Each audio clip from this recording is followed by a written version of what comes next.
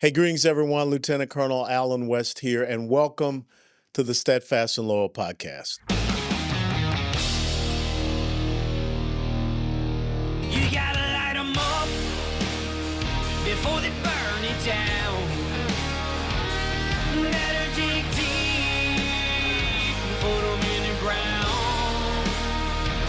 Blood on their hands, they're hellbound. Save us all. Ooh, they're gonna burn it down. Save us all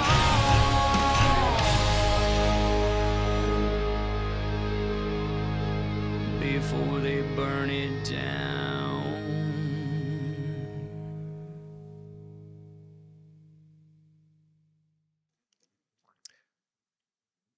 I first met this young man named Charlie Kirk back in 2013. I think he was 19 at the time. He had started an organization called Turning Point USA, and he asked me to be on his advisory board. Absolutely so. To bring a constitutional conservative message to young people, high school and colleges, where, especially on college and university campuses, the left does not want to have open discourse, open debate. I mean, really and truthfully, it's become a hotbed of fascism. And maybe we should sit back and study what that word really means. Because when you want to deny someone the ability to speak and to articulate the things that they believe in, that's the essence of fascism. Charlie Kirk broke through that. And Charlie Kirk, sitting under his little tent on college and university campuses, to include my alma mater, University of Tennessee, he took the message where it needed to be. And he challenged people. Like I said, prove me wrong. And to think about this young man, starting at the age of 18 up to 31, didn't attend college, but who was and will be remembered as one of the most skillful debaters, one of the most skillful orators in the history of this country. I mean, he did exactly what it says in the Bible: study to show thyself approved. He understood the basis of his Christian faith, and also he understood the basis of, well, our fundamentals and our foundation in this constitutional republic. But sitting there under a tent at Utah Valley University, someone decided that he didn't have the right to engage in open debate and open discourse. That this person embraced this incredible delusion of the left that words are violent. Just saying that you don't believe in what they believe in is an act of violence. See, that's the nature of what fascism does. When you try to shut down an opposing thought, perspective, insight, voice, because you don't like it, because you are too unskilled, you are unable to defend what you think you believe in. And so you should just cancel that person. And we've seen it. I mean, kicking people off of social media and what have you. Now we just go to killing them. And what was so interesting, if you saw what happened, and yes, I saw the clip because from a military security perspective, I wanted to see what happened. Just saw it one time. Don't need to see it again. But the final exchange that Charlie Kirk was having was with someone that said and was trying to defend his assertion that the left does not believe in violence. And right before that young man, who has come out and done an interview that I saw on Town Hall, I think he's also 31. He's also married. He also has kids. He watched the person that is trying to speak with him on that issue be violently shot with a 30-06 bullet to the neck. I mean, the debate going on was leftist violence. And when I think about that theme of Charlie Kirk prove me wrong, sadly, he lost his life in proving that he was right. Now, what we see happening, of course, is the same old, the same old stuff that we hear, the same old rhetoric that we hear after Chuck Schumer comes out and threatens Supreme Court justices, Neil Gorsuch and Brett Kavanaugh, shouting that they will reap the wind. And the next thing you know, someone is apprehended outside of Justice Kavanaugh's house with the intent of killing him.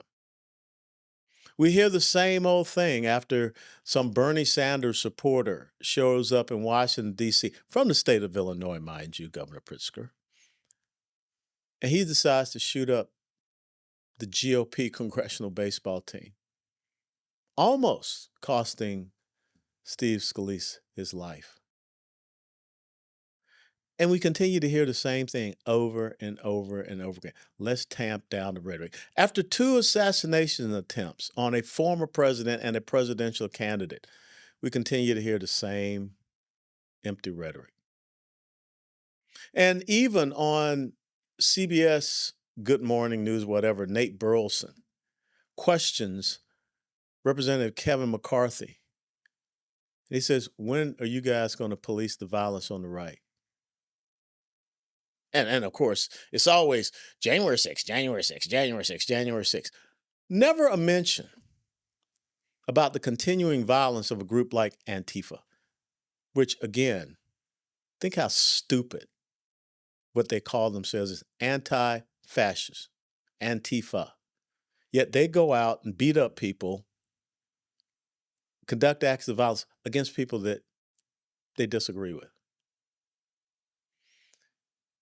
And even this shooter had inscribed words on one of his rounds. Hey, fascist, catch. He should have turned that rifle and pointed it at himself. Hey, fascist, catch. But again, January 6th, well, what about all of the summer violence? What about all the things we continue to see? What about the Antifa members who conducted an ambush on an illegal immigrant detention facility just maybe 40 minutes from where I'm sitting right now in Alvarado, Texas? No, nothing to do with us. See, this delusional obfuscation. Let me say that again. This delusional obfuscation of the Marxist, progressive, socialist, communist, statist left. It has to end.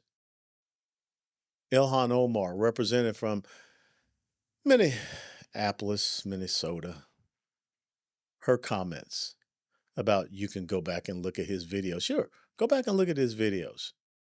A lot of people are doing that, Representative Omar. A lot of people are doing that to the tune of now 32,000 inquiries as to how new chapters of Turning Point USA can be established in high schools and colleges. Governor Pritzker of Illinois comes out and says Donald Trump is the reason for all of this violence. Donald Trump? You mean the guy that leftists shot at? Oh, and how interesting it was that the narrative that the left tried to frame was this guy, and I'm not going to say his name, this shooter. Oh, he was a Trump donor. He was a conservative. He grew up in a right-wing Mormon household. How many parents have watched your kids that you prayed, as it says in Proverbs, train up a child in the way that they should go so that when they grow old, they shall not depart from it? As soon as they leave your homes, get on some of these college and university campuses, they get radicalized. And now, of course, there's egg all over the face of the left trying this delusional obfuscation again to find out that this shooter was in a relationship with a transgender person who was transitioning from male to female. And that person is like singing like a parakeet because they don't want to be implicated in this. Chances are somebody was on that Discord exchange. I've never been on Discord. I don't know what it's about. I don't even have an Instagram account. I don't have a personal account. I don't play on these platforms. I say what I need to be said, and it's posted there, and that's it. I don't read comments or any of that stuff. But obviously, there are people out there sharing very vicious, very vile messages. And for this young man to say that I have an opportunity to do something to Charlie Kirk, and I think I'm going to take it, that shows intent. That shows motive. And his DNA, it's all over the stuff. So let's just forget about it. They've got all of the video surveillance evidence. And he's from the left. School board member up in Chesterfield, Virginia. She posted saying, I remember a time when we used to celebrate shooting Nazis. So a young man, 31 years of age, a husband, a dad to two beautiful little kids, is a Nazi because he doesn't believe in what you believe in. And that's supposed to mean that he should be shot and you should celebrate it. It's kind of disturbing to me, but I think we're kind of seeing the rot and the infiltration of leftism into our United States military. I've read several accounts, most prominently a U.S. Army colonel and a Marine Corps captain who have been suspended from their duties for what they have posted, reference Charlie Kirk. I think one of them said one race is gone. Charlie Kirk asked me, and I know that Joe Biden said that I ain't black because I didn't vote for him, or a delusional little leftist girl when I was speaking at Northwestern University asked me if I identified as black. I am, quite clearly. But how could Charlie Kirk be a racist if early on he asked someone like me to serve on his advisory board? This is that craziness that exists on the other side. That when you can't sit and defend what you believe in, when you cannot have the open discourse and debate, what do leftists do? They denigrate, they disparage, they demean, they dehumanize. Nazi, Nazi, Nazi, Nazi, Nazi. Hitler, Hitler, Hitler, Hitler, Hitler. Extremists, extremists, extremists, extremists. And if you continue to hear this and hear this and hear this and hear this, guess what you end up believing? The fact that CNN and MSNBC refused to carry the 16 to 17-minute speech that Charlie Kirk's widow, Erica Kirk, gave, that tells me everything I need to know about these people. The BBC carried it. But CNN and MSNBC, they censored Charlie Kirk's widow. They basically said, you don't deserve to have a platform to talk about this horrific event where not just this nation, but entire world got to see your husband in real time assassinated for no other reason other than the fact he's sitting under a tent and having an open discourse and debate with another person. And if you think about it, Ilhan Omar, if you want to go back and look at the videos, which you say they're going to be there, never saw Charlie Kirk yell. Never saw Charlie Kirk use profanity, unlike people like Ilhan Omar and Rashida Tlaib. Never saw Charlie Kirk, really use disparaging, demeaning, denigrating monikers toward anyone. No, just prove me wrong. Let's have the debate. So why do we believe that something's going to change with the left? I don't. Because this is who they are. Leftism, as introduced by Karl Marx in the Communist Manifesto, It cannot advance by any other means than threats, coercion, intimidation, fear, and ultimately violence. The week before Charlie Kirk is shot, Senator Chris Murphy of Connecticut is on an interview and says, "We're at war to save this country. And in a war, you have to do whatever is necessary to save this country." I've been on battlefields. I know what war means. So, Senator Chris Murphy, are you trying to say that you had to shoot Charlie Kirk because you're at war? You could not find any other means by which to just sit down, you, Senator Murphy, and have a conversation with Charlie Kirk. Charlie Kirk even sat down with Gavin Newsom to have the debate, to have the dialogue. And you're trying to tell me that there is no other means, Senator Murphy, for you to advance what you believe in other than we're at war. You have to do what is necessary to save this country. In other words, whatever is necessary to save the ideological leftist agenda, which, of course, falls back on that very simple mantra and maxim: the ends, leftist, totalitarian domination and control, will justify the means. This is why leftists align themselves with Islamo-fascists. This is why the left got so upset about Mahmoud Khalil, who was on college campuses inciting violence. They embraced that. So a nation that is attacked by an Islamic terrorist organization now takes action to defend itself. And now everyone of that descent, everyone that is Jewish, should deserve to die. That's what Hamas has in its charter. The elimination of the modern day nation state of Israel. And I say modern day nation state because Israel's been around for 6,775 years, something like that. If I off for a couple years, please don't get upset. And the elimination, eradication of Jews, their death worldwide. That's globalized the Intifada. Oh, I just thought about something. Has anyone heard, Mr. Producer Chad, have you heard anything from Zoran Mamdani reference Charlie Kirk being shot? I hadn't heard a peep from him.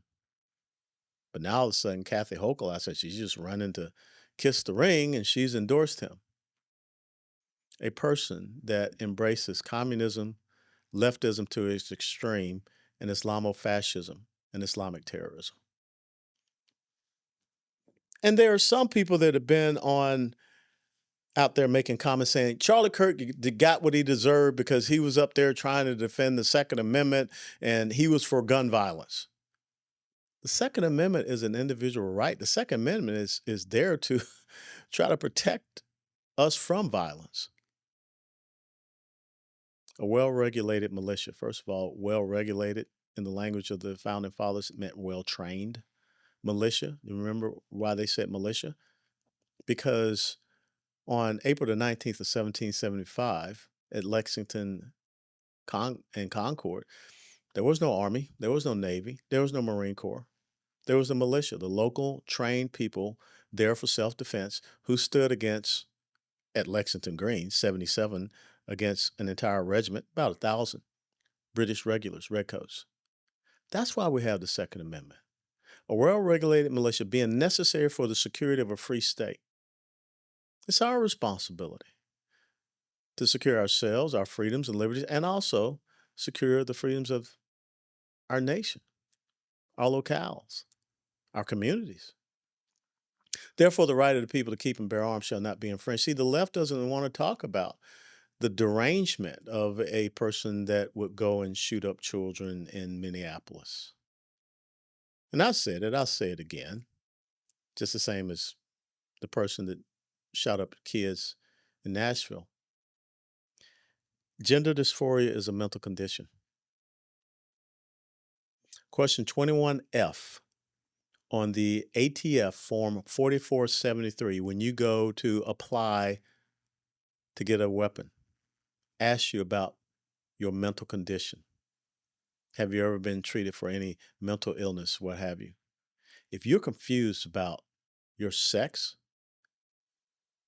whether you're Adam or Eve, boy, girl, male, female, choo-choo train or tunnel, if you're that mentally off kilter, shouldn't have a firearm. I don't care what you say. Gender dysphoria is a mental condition. And we have to start looking at this,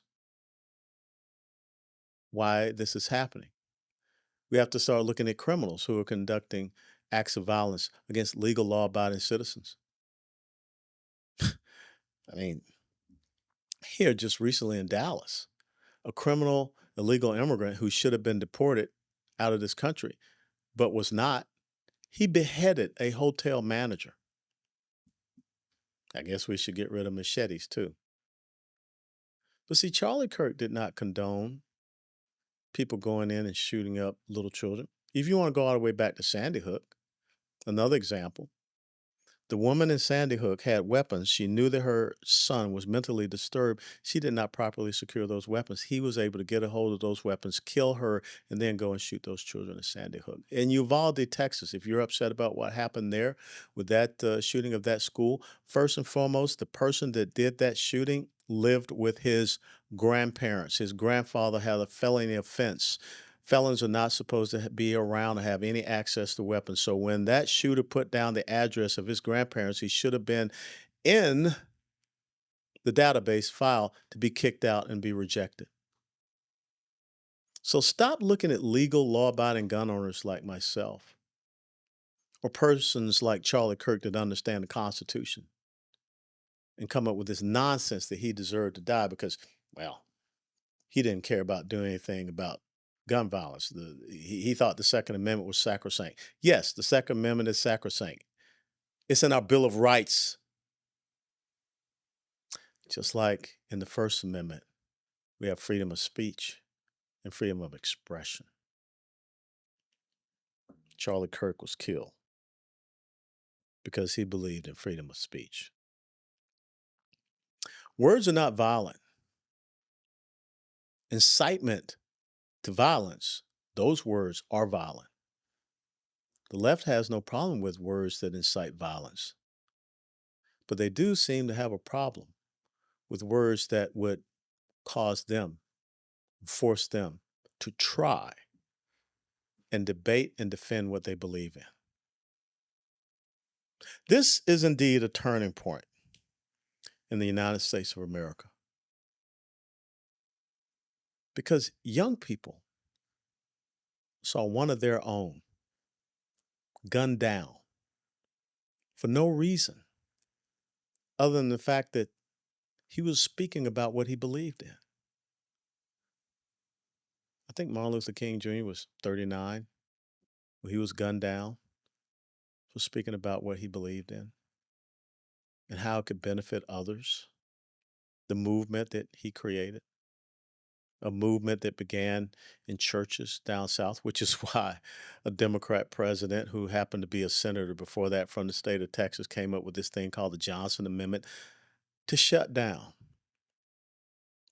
the speech of pastors who were talking about civil rights and freedom. All of this has been on the side of the left. And it's time that we start calling them out for their delusional obfuscation. Take responsibility, take accountability. And let's not fall down into the trap of let's tamp down the violence, all of us. Let's tamp it down. Because they say that every time. Instead of looking at themselves, they say we're the problem. After the November 2024 election, they didn't get the memo. They just said, let's call him Hitler some more. Let's call him Nazi some more. Let's call them extremist, racist, homophobe, Islamophobe, thisophobe, thataphobe, some more. Because you know why? There's no sense of us trying to win this based upon our ideals. Let's tell them that we will embrace criminal illegal immigrants. Let's attack law enforcement officers and call them terrorists. But yet we will allow people onto our streets who cover their faces, members of groups such as Antifa, cover their faces in support of an Islamic terrorist organization like Hamas.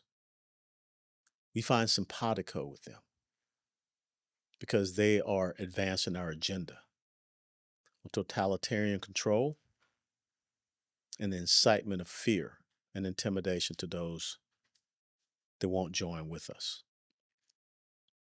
The left does not want free speech. The left has this warped, demonic belief in the freedom of accepted speech. And if you're steadfast and loyal, if you want to remember Charlie Kirk, not just in the next couple of weeks, not just in the next couple of months, not just for the next few years, but for decades and centuries, remember Charlie Kirk? Train up your children.